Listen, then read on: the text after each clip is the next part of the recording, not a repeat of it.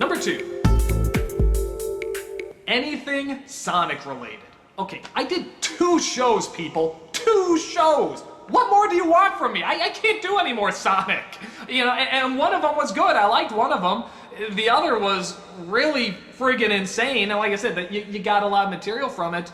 But the main reason I don't do Sonic is that I don't think there was... both those shows were nostalgic. I grew up with both those shows, and I watched them both, so I can talk about it.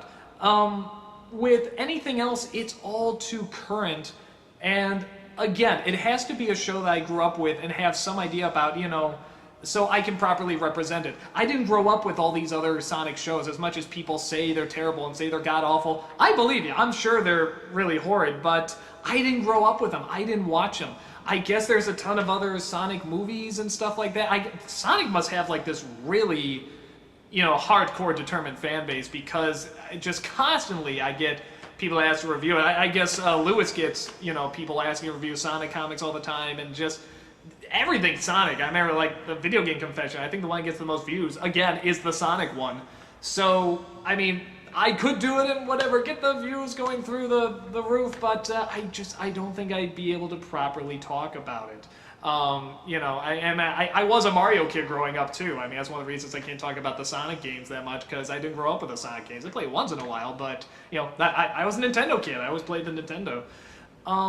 So, yeah, I think the major thing is that they're way too current. I didn't grow up with these shows, and with the movies, I'm sure they're bad, but I feel like I've done Sonic already. I don't think there's much else to talk about.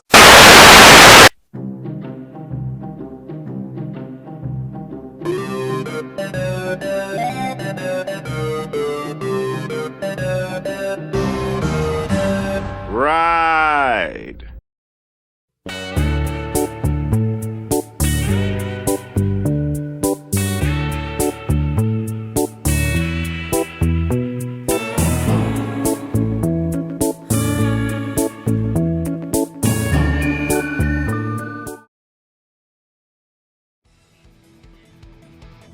It's strange. While I was writing the script to my response to Nostalgia Critic's review of the Powerpuff Girls movie, I didn't think I'd ever have to make this video. I had initially planned on, after tearing into that barren waste, moving on to the Osmosis Jones response, because years later, I still find that video incredibly baffling. But thanks to the comments section on everything wrong with Nostalgia Critic's Sonic OVA, I gotta follow up on my obligation.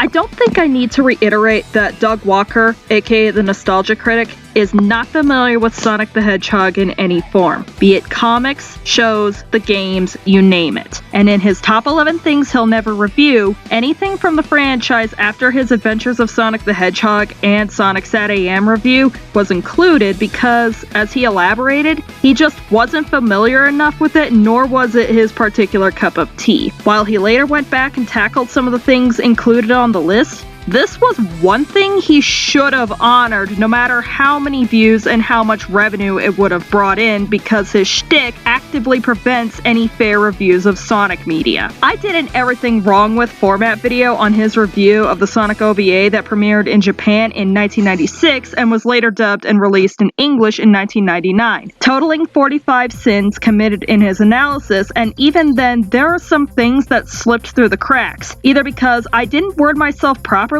or because I had to cut it off in favor of not getting tagged for content matches. For example, I missed a joke that came in a string of things wrong in his recap of Metal wreaking havoc on the Land of the Sky and Eggman's plan to marry Sarah. It was his joke about anime upskirt fan service, and I glossed over it because his misunderstanding of anime and fan service isn't just exclusive to this review, if his Sailor Moon review is anything to go by. I'm not going to cover it, but Misanthropody made a nearly hour-long video that elaborates on it perfectly, so go check that out. Another joke was regarding Robotnik incorporating his face on his machines, which I tore apart as Robotnik having an advanced enough practice with his machinery that he can do it in such a way that doesn't compromise performance, and he's where projects start and end. What I forgot is that this is part of the joke throughout the franchise, that Dr. Robotnik has the ego that warrants him putting his face out there and asserting his dominance. I should also mention that I had written and recorded the script for that video during finals week of that semester, trying to find enough information to defend my responses while still trying to prioritize studying for exams and writing papers, one of which was for glaciology that I may or may not do a reading of in the future if anyone's interested. Something is bound to slip through the cracks, but it's not like I don't try. I'm stalling. To cut to the chase, if the OVA review response is something I could pull together in a week with other obligations, and the Powerpuff movie response is something I could pull together with a non-existent upload schedule, both of them having substantial research to back up my talking points at that, then Doug Walker and whatever corpse of a crew still willing to work with him has no excuse for farting out reviews every 2 weeks that miss the mark entirely. This is especially the case for videos on shows and movies that are uncharted territory for him, but because of fan demand, the temptation of cash and clicks, distraction from elephants in the room or any combination of the three, common knowledge of you don't know enough to tackle this, you can decline, gets thrown out the window. It's happened with Sailor Moon, it's happened with Pokemon, it's happened with Thomas and the Magic Railroad, it's happened twice with Deadpool, and it's happened with Sonic 3 times now. Well, more if you want to count his evaluation of Adventures of Sonic the Hedgehog as a separate entity, his reactions to the film trailers, his Real Thoughts video on the previous 2 shows, the first viewing videos, video game confessions, and now this one. I've seen the comedy excuse thrown around in defense, and that stops being effective considering, by critics' own words in his closing summary of Garfield, A Tale of Two Kitties, that he wants his demo reel throwaways to be taken as sincere and serious reviews. Hand in hand is the subjectivity excuse, and that unveils a defense I haven't seen but have no doubt exists. The unpopular opinion. Doug's negative review of this or that thing you like is merely unpopular opinion. Him being unable to get something is just him having an unpopular opinion. Look, guys, there's a difference between having an unpopular opinion on something and not being bothered to do enough research to give an informative look on new territory despite how popular it is or widespread the fandom is. And some have still asked why Critic just doesn't do a collab on unfamiliar territory, to which I just need to point to his Digimon review and his Sibling Rivalry videos, the latter of which he's out of character in, to answer that question. Yeah, most of the footage they cut together to make this movie was directed by Mamoru Hosoda, a unique and talented anime director who later went on to make The Girl Who Leapt Through Time and Summer Wars. His Digimon work was really excellent, and even in this choppy American recut, a lot of the sweetness and emotion of the original shines through. Are you gonna go on about this for a few hours? I usually do. Sorry, my review. Crappy movie first, boring anime bullshit later. Later? As in never. The Sonic 2020 review was in the Sibling Rivalry format, and I'm probably going to get comments about how I'm attacking what was essentially a first impressions type of review. Fair point. But given Doug's track record with Sonic media and me risking feeding into the impression that Sonic fans will argue about anything, I'm not going to grant this mercy. My biggest reason for that is I genuinely sat there listening to Doug and Rob nitpick this film, asking over and over, are you sure we watched the same movie? There's no way you two are being this pretentious and needlessly snide about it. But alas, if the previous 3 goes at Sega's Golden Boy are any indication, the failure to know what he's getting into still reigns supreme. What makes it more of a slog to get through is that Rob is in on this too, and I'm going to be generous and say he's not much better, nor is he the wiser. Yeah, they're both pretentious wankers. The format of this video is going to be a little different this time around because the off-the-cuff review is really repetitive and only further drives my point of, did we see the same movie? Plus, Pirate Canvas already made a response that I think sums up a lot of the thoughts I have quite nicely, so I'm going to see if I can find something different to say. And if anyone wants to check that out, link will be in the description. And it's Masters of the Universe. Even if you accepted this as, well, don't compare it to the game, just accept it as its own thing. Oh, that makes it worse. No. Okay, let me get the obvious elephant out of the room. The Sonic movie was made primarily with the fan base in mind. There are a ton of references in there that those who have made it their life to study every small detail of Sonic lore would nerdgasm over, but at the same time, I think this movie does a good job of being serviceable to newcomers and casuals. What's important to keep in mind is that with video game movies, adapting the story of any one game or the gameplay mechanics into it is a death sentence. Just ask Final Fantasy and Assassin's Creed. Likewise, straying too far from the source material is another way a video game movie gets itself killed. Just look at the 1980 1980s Mario movie and its questionable character design and costume department, and Mortal Kombat. Detective Pikachu, which helped begin breaking the video game movie curse, in contrast, was based on a side game but uses it more as a concept for the film's plot, and the designs of the Pokemon are constructed in a way that, while not 100% realistic, still look believable and like they could actually exist in our world. The way they look, the way they move, Pikachu's facial expressions, everything about the Pokemon are stylized just right to avoid the uncanny valley, and the story is simple enough that it understands the source material, respects it, and gives it some originality. The same goes for Sonic. The first design they used was trying too hard to look realistic, so much so that it falls straight into the uncanny valley, and the first trailer gave the impression that, well, it was going to be a generic script with Sonic slapped onto it. The second trailer with the new design did a better job of hyping up an audience because, well, Sonic isn't meant to be a realistic character in the first place. He's considered a sort of fairy by his creator's word, a being of lore that will live on in those who believe in him. And he looks so damn cute in the final version! The story is more of a superhero origin story, but it falls in line with the spirit of the franchise. We get how Sonic and Robotnik met, Sonic's reputation in this little town and him befriending humans, and this silly little alien making it his duty to protect the humans of the world. It would have been nice to see more of South Island and that world, but that's been done in several of the shows and the comics, so the final product is a decent compromise. Also, if you'll let me bring game logic into this, in Sonic Adventure 2, Green Hill Zone on South Island is canonically a boat ride away from Central City, which is heavily based on San Francisco, so what's to say Longclaw may have been inaccurate about her worldly mapping and just decided to send Sonic to Montana under the impression it was a world all its own? Yes, I had to reaffirm Montana because these two dummies mistakenly pinned the setting in the North Pacific region! I don't fucking remember Montana or Wyoming having any kind of coastline! Look, not to date this response too much, but with Sonic 2 on the horizon, I'm hoping to get a little more information on these worlds from it because, damn, they really made quite an integral plot point of the Special Zone rings from Sonic 1 and Sonic 3K and the Goal rings from Adventure 2 onward. I mean, it feels like the game just came out and I feel like a Sonic movie would have, killed around the year 2000. No, that would have been the last or something like that. Yeah, well, no, that would have been at its height. But I realize these things take time, so I feel like around the year 2000, when I don't think there was a good Sonic game out around anywhere in that area, so people would have started pining for it, oh yeah, it's Sonic. But at this stage in the game, Hey, Doug, Rob. Tell me your only experience with Sonic games is the Genesis era without specifically telling me your only experience with Sonic games is with the Genesis era.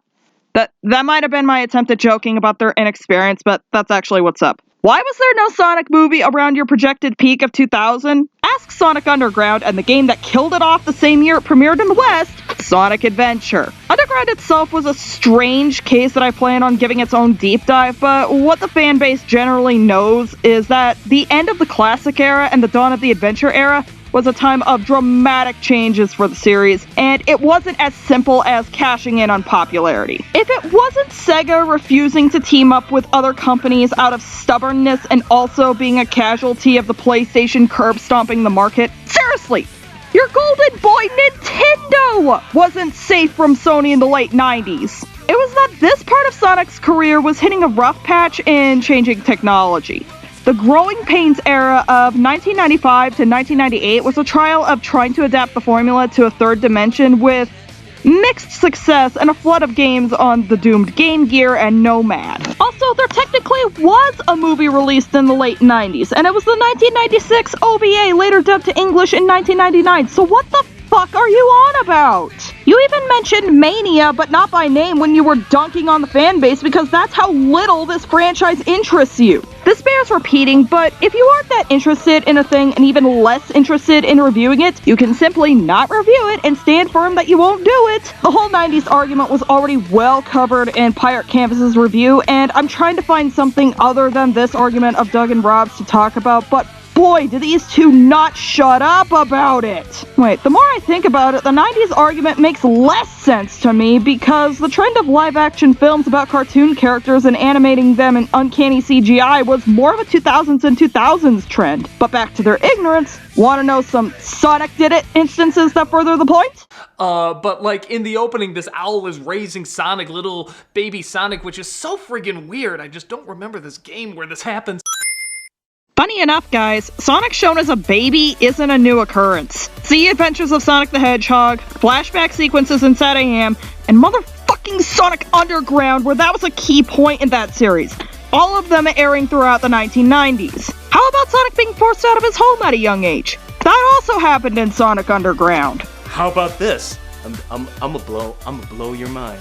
How about this? How about we pair Sonic with a kid, but we take the kid and put the kid into Sonic's world, which is a lot more freaking interesting looking. No. Teaming Sonic up with a human child sounded interesting to you.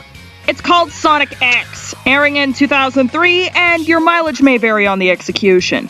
JoJo from the movie was an absolute cinnamon roll, but when your president is Chris, I look like Sora and sound constantly constipated Thorndike, a character that did not sit well with English audiences for consistently stealing the spotlight, it would be best not to try that out with a film. Sonic X can also claim the title of Sonic being thrust into the human world, so check that off. Oh, and since Sonic X adapted it, go ahead and add Sonic Adventure 2 for having Sonic being sought after by the government. There's a point where even in the real world, they use the rings to go to various locations through the chase. Yeah, in and the for climax. a split second, I thought the same thing you did. I'm like, this is cool. We can have fun with this. They go to like 3 places. It's over And in then 10 it's done. seconds. They go to France like- where they do nothing. They just walk across a sidewalk. They go to the Great Wall, which that's neat for a couple seconds, Yeah. and then it's gone. And then they go to Egypt where he blows up the Sphinx, which is a little funny. And he runs up a pyramid, and then that's it. I'm thinking like, you have the world. What can you do with that? You can go anywhere in the world, and they even waste that. This movie on every single level.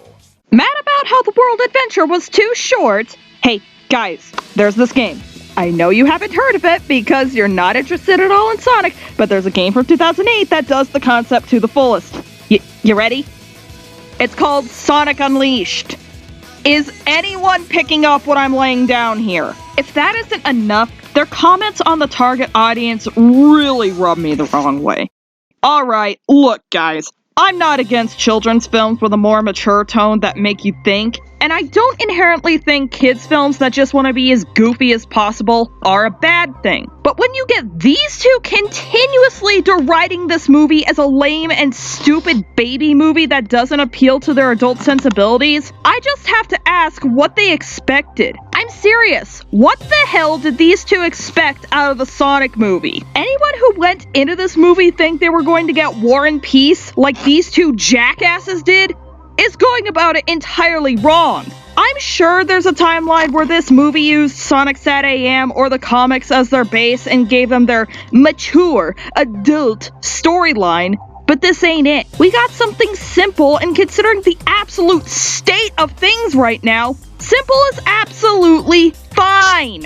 I'm actually happier to have a Sonic movie that just turned out to be simple comfort food for my brain that I can turn on whenever I'm having a bad day instead of a high-stakes adventure. I can fill the adventure void easily by going to my library of games and booting up Adventure 2 or Unleashed or, and don't crucify me for this, 06 or the fan remake P06. Barring that, Sonic as a franchise may have some consistencies that keep it taped together and recognizable, but it's gone from silly to dark and serious and everywhere in between. How is this an affront? And then there's the times where these two said that Paramount should not have listened to the fans and kept the old design, doing nothing but telling the audience quite clearly they so desperately wanted this movie to turn out bad. They wanted this movie to be a raging dumpster fire and to hate it so much to jump on some bandwagon and farm clicks to stop their hemorrhaging subscribers and views after the change the channel fallout. This isn't me looking too deep into things or hypothesizing.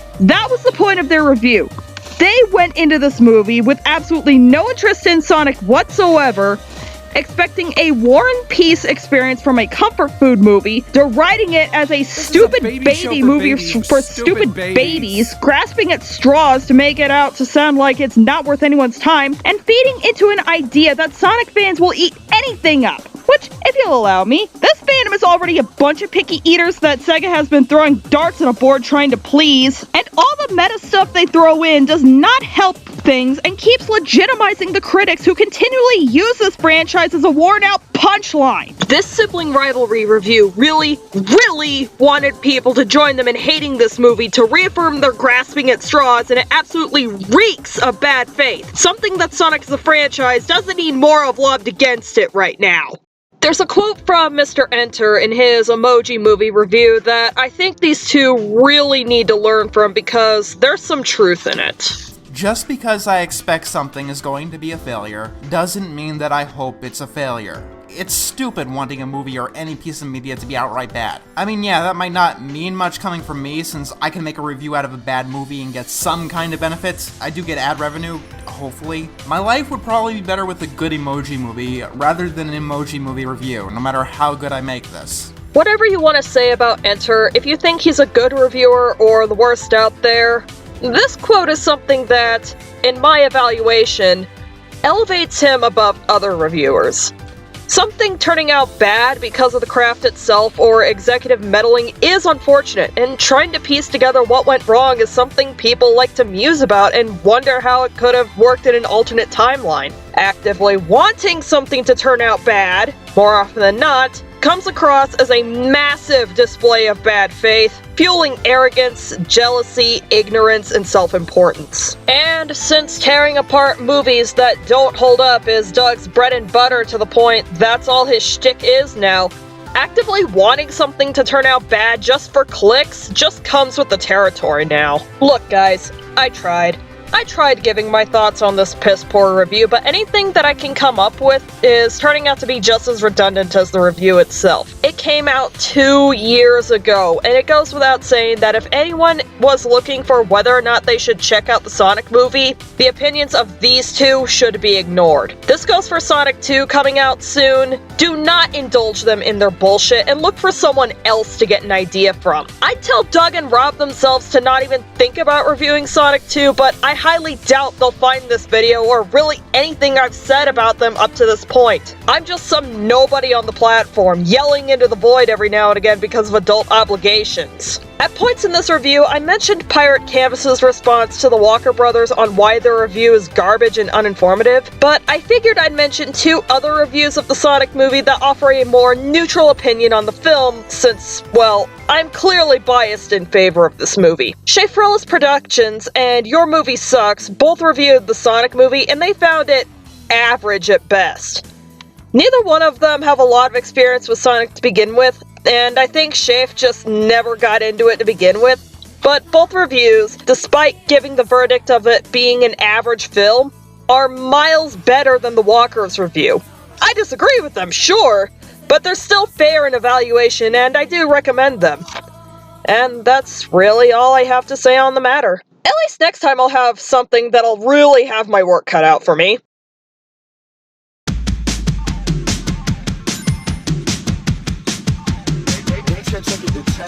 Let my